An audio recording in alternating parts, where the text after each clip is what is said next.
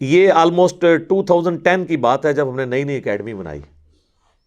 اس وقت تو ہم چند ایک لوگ ہی تھے، اور کبھی کبھار کوئی ہمارے دوستوں میں سے کسی کو پکڑ کے بھی لے آتا تھا کہ جی ان کے ساتھ آپ علمی کوئی مجادلہ کر لیں، جسے مناظرہ کہتے ہیں علماء.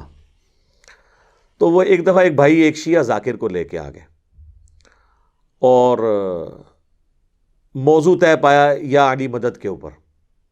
بھئی ہمیں لبیک یا رسول اللہ، لبیک یا حسین، لبیک یا علی کہنے سے کوئی ہمیں چڑ نہیں ہے، محبت کے اظہار میں آپ کر لیں، لیکن ونس آپ ان کو مدد کے لیے پکاریں گے تو ہم کہیں گے ایاک نعبد و ایاک نستعین کی وائلیشن ہو گئی ہے. یہ ہمارا اختلاف ہے. ہمارا یہ جھگڑا نہیں ہے کہ مولا علی مشکل کشا آج کی ڈیٹ میں بھی ہیں یا نہیں. اپنی مبارک زندگی میں تو تھے، ظاہر ہے خیبر اکھاڑا انہوں نے، لیکن آج کی ڈیٹ کے اندر جب بندہ دنیا سے چلا گیا ہے تو آپ اس کو نہیں پکار سکتے. یہ جھگڑا نہیں ہے اختیار ہے یا نہیں. فرشتوں کے ذریعے اللہ بارش برساتا ہے، لیکن ہم بارش اگر فرشتوں سے مانگیں گے مشرک ہو جائیں گے. سورج کے ذریعے سارا دنیا کا نظام چل رہا ہے اس کی روشنی کی وجہ سے، لیکن ہم المدد یا سورج کہیں گے تو مشرک ہو جائیں گے، کیونکہ ہم اسباب کو پکار نہیں سکتے. اسباب صرف اختیار کرنے ہیں، اور وہ بھی ظاہر ہے وہی کریں گے جو سامنے موجود ہے. اس کا قرآن میں حکم موجود ہے، وَتَعَاوَنُوا عَلَى الْبِرِّ وَالتَّقْوَى وَلَا تَعَاوَنُوا عَلَى الْإِثْمِ وَالْعُدْوَانِ. نیکی اور پرہیزگاری کے کاموں میں ایک دوسرے کی مدد کرو اور برائی کے کاموں میں ایک دوسرے کی مدد نہ کرو. ظاہری اسباب ہے. بہرحال وہی رٹے رٹائے ان کے وہ جو ہوتے ہیں لیم ایکسکیوزز، وہ آلریڈی ہم نے ریسرچ پیپر کے اندر ڈالے ہوئے ہیں. تو وہ آئے تو وہ کہتے ہیں جی غیر اللہ سے مدد مانگنا آپ کس طرح شرک کہتے ہیں. میں نے کہا ہم کہتے ہیں غیر اللہ سے مدد جو سامنے ہے آپ لے سکتے ہیں، نہ ہم غیر اللہ کو پکارنے کو شرک کہتے ہیں، نہ ہم یہ کہتے ہیں کہ کوئی شخص دور سے نہیں سن سکتا، اللہ چاہے تو سنا سکتا ہے. حضرت سلیمان علیہ السلام کو کیڑی کی آواز سنوا دی تھی، ہمیں تو کوئی حرج نہیں ہے. یہ جھگڑا نہیں ہے کہ دور سے کوئی سن نہیں سکتا یا کسی کو یا کہہ کے پکار نہیں سکتے. نماز میں ہم پڑھتے ہیں السلام علیکہ ایھا النبی، بخاری مسلم میں حدیث ہے. جب تم یہ پڑھو گے السلام علینا وعلی عباد اللہ الصالحین، تو اللہ تعالیٰ زمین و اسمان میں ہر نیک بندہ تک تمہارا سلام پہنچا دے گا. یا رسول اللہ کہہ کے کوئی سلام بھی پڑھتا رہے، اللہ پہنچا دیتا ہے. جھگڑا یہ کہ مدد کے لیے کسی کو نہیں پکارنا، وہ ہے ایاک نعبد و ایاک نستعین. کہتا ہے جی قرآن میں لکھا ہے کہ غیر اللہ سے مدد مانگے. میں نے کہا کہاں لکھا ہے؟ کہتا ہے واستعینوا بالصبر والصلاۃ. میں نے کہا یہ تو تم نے کبھی مانگی نہیں ہوگی خود بھی. اس کا مطلب ہے المدد یا نماز، المدد یا صبر. سوچ میں پڑ گیا. میں نے کہا اگلا حصہ پڑھو، ان اللہ مع الصابرین، بے شک اللہ صبر کرنے والوں کے ساتھ ہے. اسی طریقے سے جو ان کے ہیں بہانے وہ کرتا ہے. میں بتانا شروع ہوا، کہتا ہے جی میں بڑے مولانا کو فون کرتا ہوں، آغا کو فون کرتا ہوں. آغا کو ملایا نا، پھر آغا کے ساتھ جو اس نے کی نا سپیکر میں کیا آن کر آغا دی میں بھی سنا پھر کیا ہوتی ہے. وہ آغا نے بھی پہلے یہی آیت پڑھی واستعینوا بالصبر والصلاۃ. وہ کہتے ہیں آغا یہ جو کہڑی غیر اللہ کی مدد ثابت ہوتی ہے، حالانکہ تھوڑی دیر پہلے وہ بھی اس سے سبب ثابت کر رہا تھا. وہ جو بات کرتا جائے تو میرے ساتھ چونکہ بات کر چکا تھا، اینڈ پہ یہ حال ہوا اس کا. انہوں نے کہا جی یہ تو ہمارے پاس تو کوئی ہمارے بڑوں کے پاس جواب ہی نہیں. میں نے کہا جواب تو ہوتا ہے جب کوئی مسئلہ ہو. یہ تو بالکل واضح ہے ایک چیز توحید کے معاملے میں. تو یہ ایک میری زندگی میں ایک اچھے واقعات میں سے ایک واقعہ ہے. ایک دوسرا واقعہ میں آپ کو سناتا ہوں. یہ آلموسٹ بات ہے 2012 کی. ہم لوگ I-10 کی مسجد میں نماز ان دنوں پڑھتے تھے، دارالاسلام مسجد اہل حدیث کی، اور پاس ہمارا ایک مکان ہم نے کرائے پہ لیا تھا، بیچلرز رہتے تھے ہم. تو وہاں پہ ایک شیعہ عالم تھے، محقق عالم، ذاکر نہیں عالم، فوت ہو گئے ہم، اللہ تعالیٰ ان کی مغفرت کرے. بڑا ان کے ساتھ میرا اچھا ایک تعلق تھا، شجاع عباس صاحب. تو انہوں نے مجھے اپنے گھر بلایا کہ جی آئیں افطار وغیرہ ہمارے ساتھ کر لیں. کہا ٹھیک ہے. 2-3 دوستوں کے ساتھ وہاں 7-8 ہمارے بھائی بیٹھے ہوئے تھے جو اہل تشیع مکتب سے تھے. تو کہنے لگے انجینئر صاحب آپ بڑی مدلل گفتگو کرتے ہیں، اور توحید کے معاملے میں آپ کے ساتھ ایگری کرتا ہوں، میں بھی صرف اللہ ہی کو پکارتا ہوں، لیکن آپ یہ نہ کہا کریں کہ یا علی مدد شرک ہے. آپ یہ کہا کریں کہ یہ بھی جائز ہے لیکن بہتر ہے کہ اللہ کو پکارا جائے. میں نے کہا یار توحید کے اوپر تو کمپرومائز نہیں ہو سکتا. حسین ابن علی نے گردن کٹائی ہے تو توحید کے لیے. ہمارے محبوب صلی اللہ علیہ وآلہ وسلم نے اگر تکلیف اٹھائی ہیں، اور سارے نبیوں نے، وہ توحید کو اسٹیبلش کرنے کے لیے. تو میں نے کہا یہ واضح ہے ایاک نعبد و ایاک نستعین، تو کہتے ہیں جی اس میں تو ہے کہ تیری عبادت کرتے ہیں، تجھی سے مدد مانگتے ہیں، یہ تو نہیں ہے کہ کسی اور سے نہیں مانگتے۔ دیکھیں ایک پڑھے لکھے بندے کو زیب دیتا ہے کہ جب تجھ سے ہی کا یہ مطلب، میں نے خیر for the sake of argument میں نے کہا ایگری کرتا ہوں آپ کے ساتھ، میں نے کہا میرے بھائی قرآن لے کے آئیں، اور میں نے کہا یہ آپ کی جو آڈینس ہے نا، آپ کے اسٹوڈنٹس جو بیٹھے ہیں ادھر، یہ فیصلہ کریں گے، میں آپ کو قرآن سے ایک آیت ایسی نکال دیتا ہوں جس میں لکھا ہے کہ اور کسی سے نہیں مانگنا۔ کہتے ہیں کدھر لکھا ہے؟ میں نے کہا لائیں آپ، وہ لے کے میں نے کہا جناب سورہ نمل کھولیں، پارہ نمبر 20 کا پہلا صفحہ نکالیں اور اس میں آیت نمبر 62 آپ پڑھیں۔ اعوذ باللہ من الشیطان الرجیم، بسم اللہ الرحمن الرحیم، امن یجیب المضطر اذا دعاہ، بھلا بتاؤ تو کون ہے جو مصیبت اور پریشانی میں گھرے ہوئے شخص کی فریاد کو، دعا کو سنتا ہے، وَيَكْشِفُ السُّوءَ، اور اس سے اس کی برائی کو، تکلیف کو دور کر دیتا ہے، وَيَجْعَلُكُمْ خُلَفَاءَ الْأَرْضِ، اور تمہیں خلیفہ کرتا ہے زمین پہ اگلوں کا، یعنی تمہارے ماں باپ مرتے ہیں تو تم خلیفہ بنتے ہو، تم مرو گے تمہاری اولاد۔ اِلَٰهٌ مَّعَ اللَّهِ، کیا اللہ کے ساتھ اور الہ بھی ہے جس کی یہ کوالٹی ہو کہ وہ مشکل اور پریشانی میں گھرے ہوئے شخص کی فریاد کو سنے اور اس کی تکلیف کو دور کرے؟ قَلِيلًا مَّا تَذَكَّرُونَ، لیکن نصیحت تو بہت کم ہی تم حاصل کرتے ہو۔ تو میں نے کہا کہ اللہ تعالیٰ نے اس میں فرما دیا ہے کہ اللہ کے سوا اگر کسی اور ہستی کے بارے میں یہ تمہارا عقیدہ ہے نا کہ وہ تمہاری تکلیف دور کرتی ہے اور دعا کو سنتی ہے، تو گویا وہ الہ ہے تمہارا دوسرا جعلی الہ تم نے بنایا ہوا ہے، چاہے وہ کوئی پیغمبر ہو، فرشتہ ہو، جن ہو، بزرگ ہو یا بابا ہو، وہ گویا آپ نے الہ بنا لیا۔ میں نے کہا جی بتائیں یہ میں نے ترجمہ ٹھیک کیا؟ ماشاءاللہ ان کو فارسی بھی آتی تھی، عربی بھی آتی تھی، انگلش بھی آتی تھی، اردو بھی، بیسیکلی وہ انڈین کشمیر کے رہنے والے تھے۔ تو کہتے ہیں جی یہ ترجمہ تو آپ کا ٹھیک ہے، لیکن میں نے کہا لیکن نہیں، آپ عوام سے فیصلہ کرواتے ہیں۔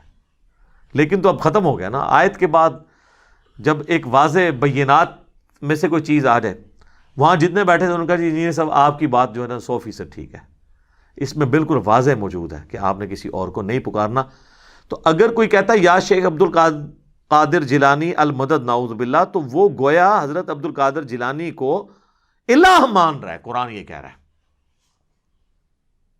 ہاں المدد کے بغیر کہتا رہے قیامت تک کہتا رہے، کوئی نہیں سننی کسی نے، نہ کسی نے جواب دینا ہے۔ سورۃ الاحقاف میں آیا کہ جن ہستیوں کو تم پکار رہے ہو نا، نہ تو وہ تمہاری آواز سنتے ہیں، الٹا قیامت والے دن تمہارے دشمن بن جائیں گے۔ اور اس طرح کا ٹاپک قرآن پاک میں کئی جگہ ہے۔ تو ٹھیک ہے آپ لگے رہے، کوئی فرق نہیں پڑنا، المدد نہ بولیں، ویسے آپ جتنے مرضی نعرے لگانے ہیں، جس کے مرضی لگائیں، وہ آپ مجھے بھی پکارتے رہے دنیا میں کہیں بیٹھ کے، مجھے بھی نہیں پتہ چلنا، نہ آپ کو میں نے کوئی جواب دینا ہے۔ لیکن جیسے ہی آپ کہیں گے نا المدد، میری فریاد رسی کو پہنچیں، میری تکلیف دور کر دیں، سر پھر یہ معاملہ شرک میں چلا جائے گا۔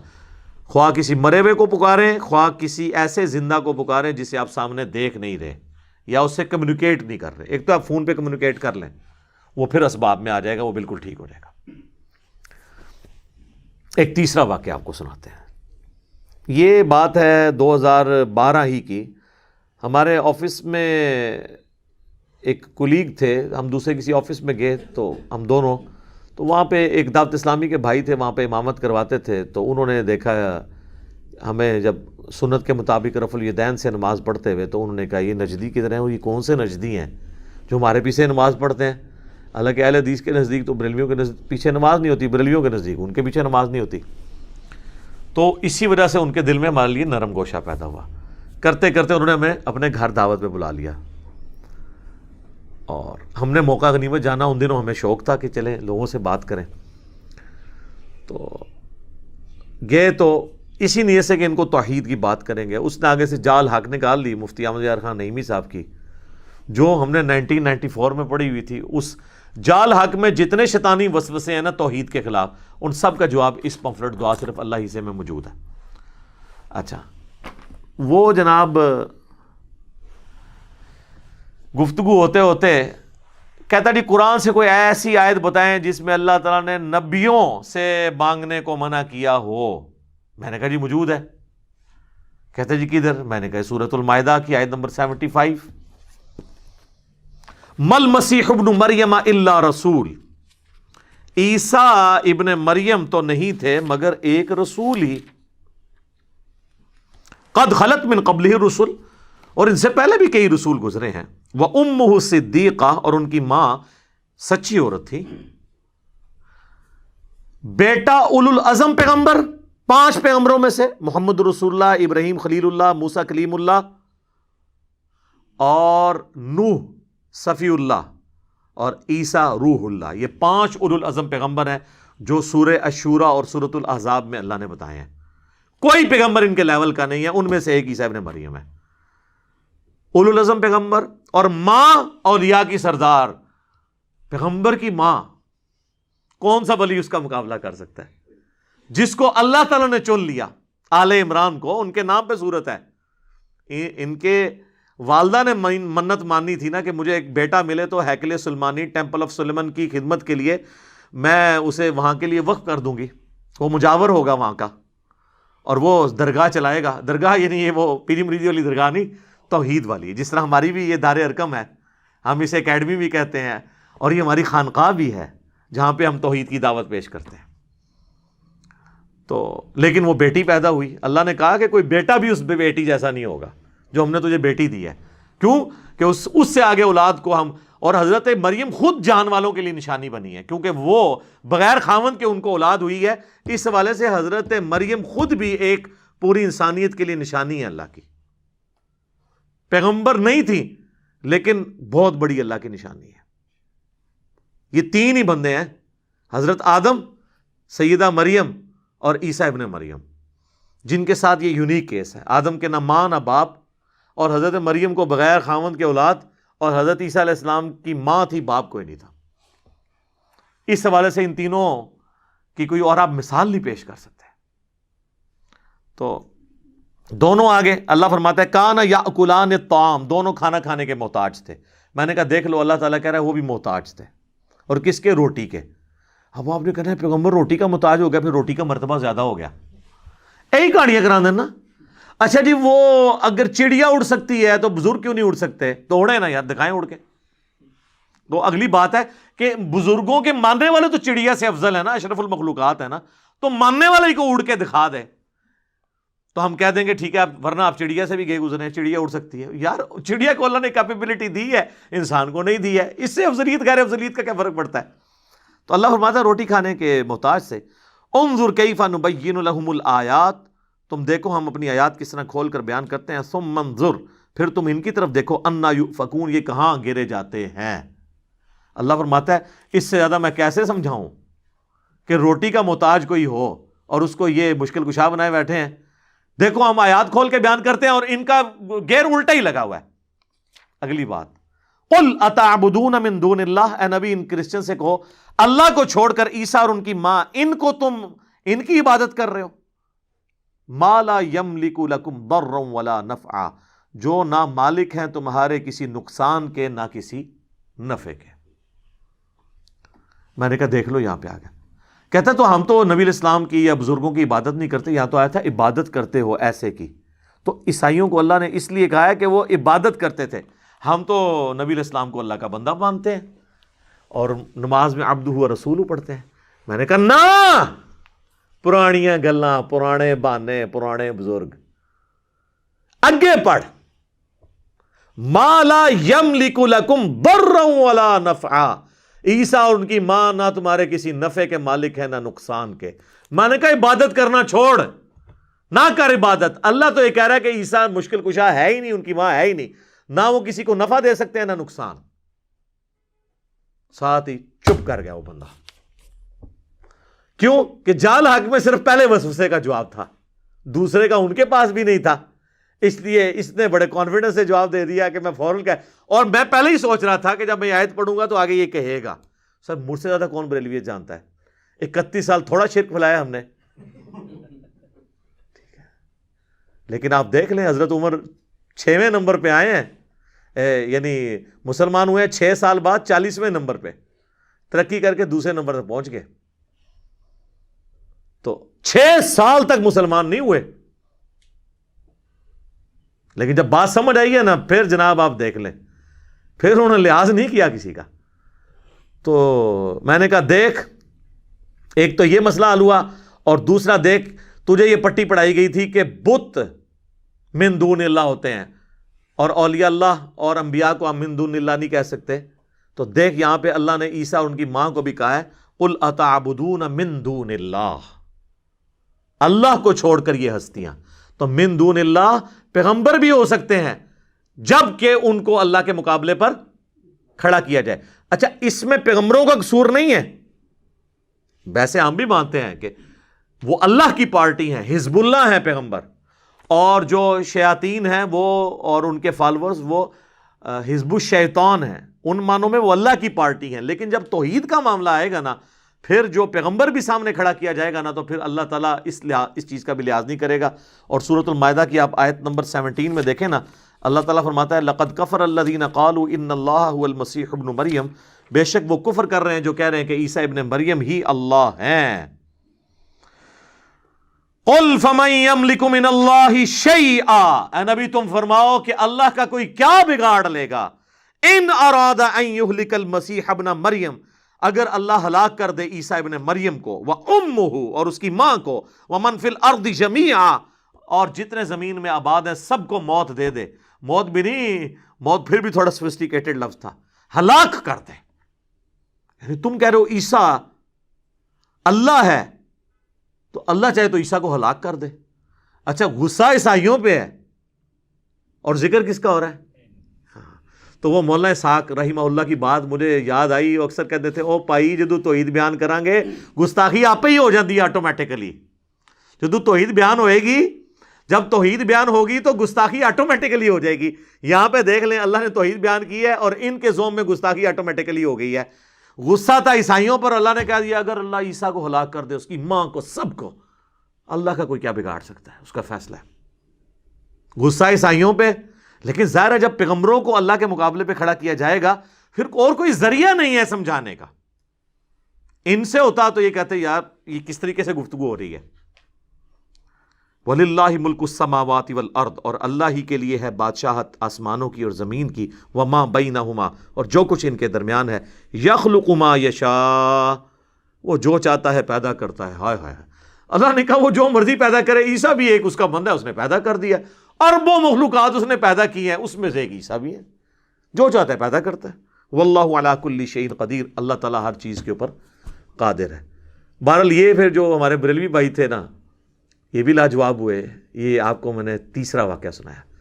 باتیں بہت ساری کی جا سکتی ہیں، لیکن میں آج کی گفتگو کو کنکلوڈ کرتا ہوں اس حدیث کے اوپر جو صحیح بخاری اور صحیح مسلم دونوں میں موجود ہے۔ انشاءاللہ اگلی کلاس کا بھی کچھ حصہ میں اسی 48 نمبر آیت پہ لگاؤں گا، کچھ امپورٹنٹ باتیں میں نے مزید ڈسکس کرنی ہے۔ بہرحال یہاں پہ میں وہ حدیث ڈسکس کروں جو ایک حدیث 3 عقیدے آپ کے کلیئر کر دے گی۔ نمبر 1 عقیدہ علم الغیب، نمبر 2 عقیدہ حاضر و ناظر، اور نمبر 3 عقیدہ استعانت، غیر اللہ سے مدد کے لیے پکارنا۔ ایک حدیث جو بخاری مسلم دونوں میں نے پمفلٹ میں بھی ڈالی ہوئی ہے۔ 70 صحابہ کو نبی علیہ السلام نے بھیجا ایک قبیلے کے ساتھ جو نیو مسلم تھا، ان کی خواہش تھی کہ ہمیں آپ ایسے قاری حضرات دیں جو ہمیں قرآن سکھائیں۔ انہوں نے دھوکے سے ان کو شہید کر دیا۔ ان میں ایک تھے حضرت عاصم بن ثابت انصاری رضی اللہ تعالیٰ عنہ، ان کو آخر میں قتل کیا گیا۔